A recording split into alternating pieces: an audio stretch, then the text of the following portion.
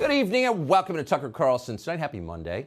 If you watched Donald Trump closely over his 4 years in office, and we did, it became pretty clear that the more outlandish the claim that Trump happened to be making, the more likely it was to be true. Trump did tend to exaggerate at times, but it was mostly about topics that didn't matter. How big was the crowd at his 2016 inauguration? Who cares? But on the big things, on matters of civilizational importance, Trump told the truth bluntly, often when nobody else would. The Iraq War was a mistake, Trump said. Illegal immigration is a disaster. China is taking over the world. Haiti is a pretty crappy place. Deafening hysteria followed every one of these demonstrably true statements. At one point in early 2018, CNN and the Washington Post got so worked up trying to hide the obvious that they devoted blanket coverage to the claim that actually Haiti is an awesome and fully functional country, a perfect spot for your next family vacation. And by the way, if you disagree with that, you're racist. That's what they told us. 3 years later, they have dropped the pose, at least on Haiti. Our leaders now consider Haiti so awful that just being from there qualifies you for asylum in the United States. With Trump gone, they can finally admit that. What was once a dangerous conspiracy theory is now just a sensible observation, especially when it justifies more immigration. For 4 years, no dangerous conspiracy theory was considered more dangerous or more conspiratorial than the claim that Hillary Clinton's presidential campaign had spied on Donald Trump.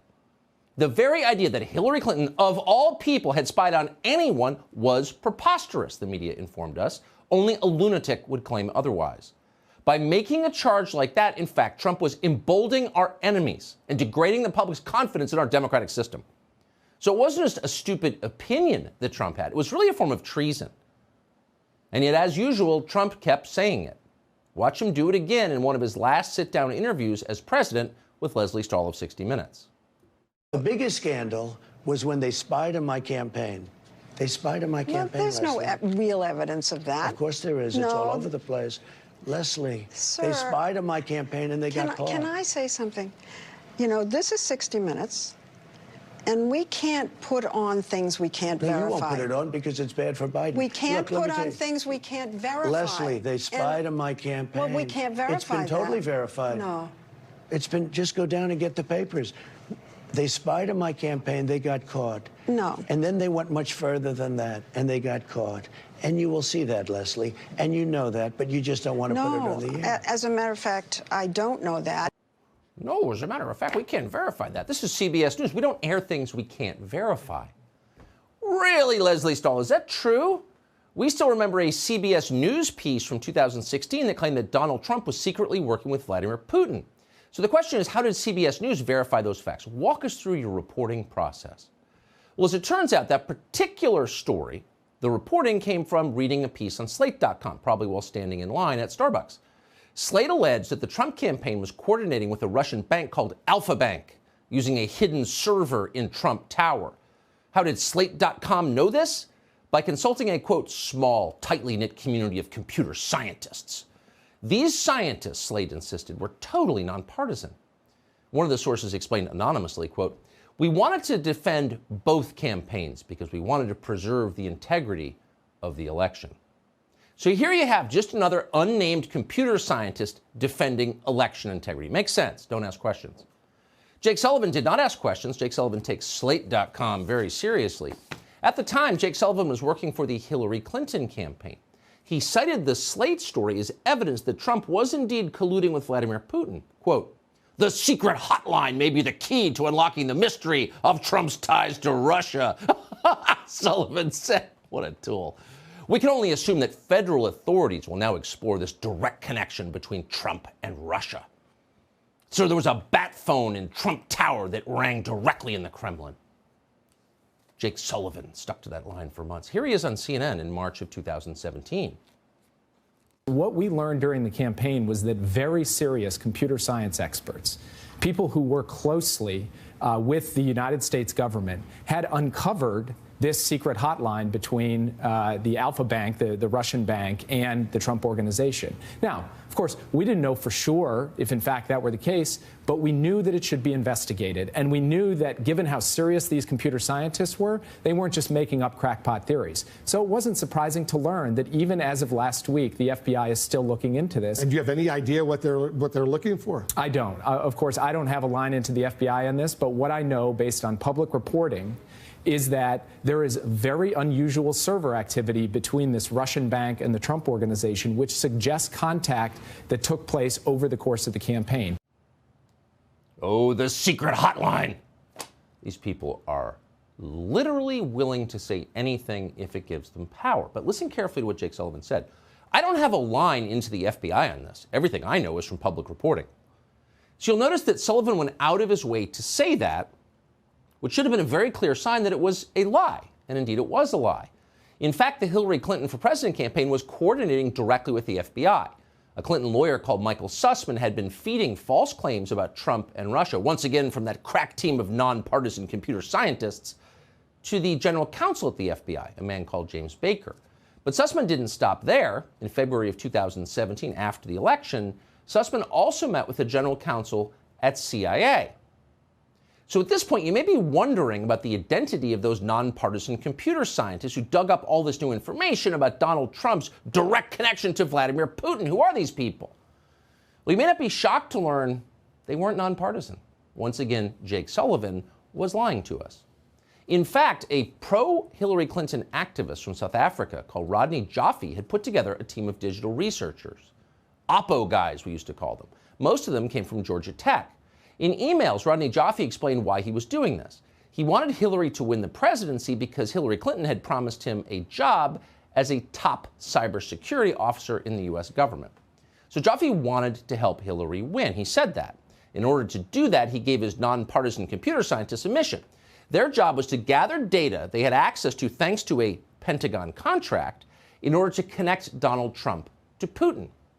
Now, we know all this thanks to a new court filing from special counsel John Durham, who spent the last few years investigating the origins of the Russia hoax and is finally producing some material.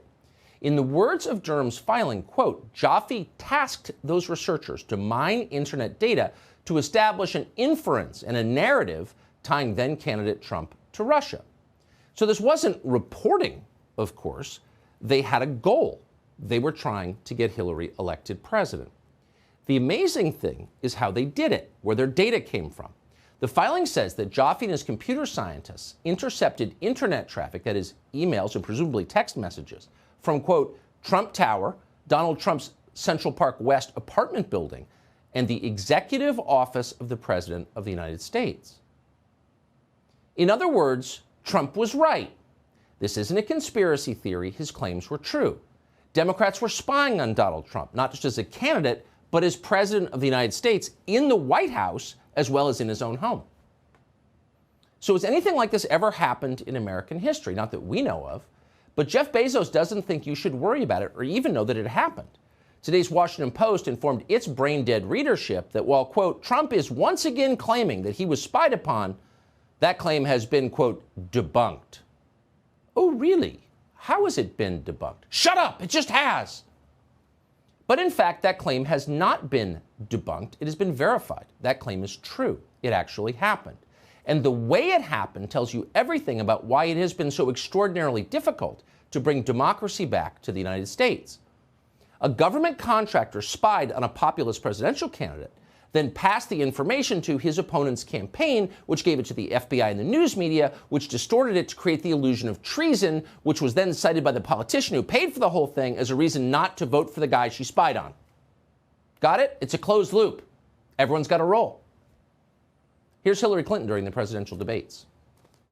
Putin, from everything I see, has no respect for this person. Well, that's because he'd rather have a puppet as president of the United States. No puppet. And it's pretty clear. You're the puppet. It's pretty clear you won't admit that the Russians have engaged in cyber attacks against the United States of America, that you encouraged espionage against our people, that you are willing to spout the Putin line, sign up for his wish list, break up NATO, do whatever he wants to do, and that you continue to get help from him because he has a very clear favorite in this race.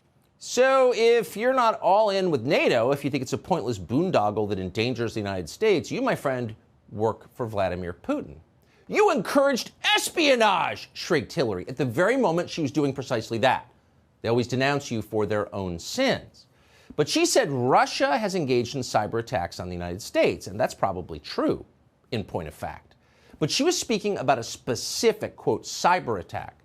She was talking about the Russians hacking the servers at the DNC. Democrats wasted 3 years of our lives telling us that at ever-increasing volume. Here's the interesting thing. It was not true. It has never been true. Vladimir Putin did not hack the DNC. There was never any evidence that the Russians hacked the DNC. Instead, the DNC emails were very clearly stolen from within the building, most likely by a Bernie Sanders supporter who wanted to show the world how Bernie Sanders was being shafted by the very same corrupt forces in Washington that later shafted Donald Trump. That was very obvious to anyone who was paying attention at the time. What's interesting is that no one's been punished for it.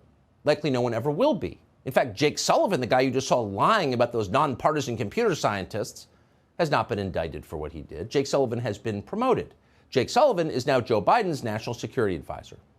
He's still screaming about Russia, only this time it's not to bring down a Republican opponent in a presidential race. He's screaming about Russia to bring the entire country to war with a nuclear-armed power. Hey, Sean Hannity here. Hey, click here to subscribe to Fox News YouTube page and catch our hottest interviews and most compelling analysis. You will not get it anywhere else.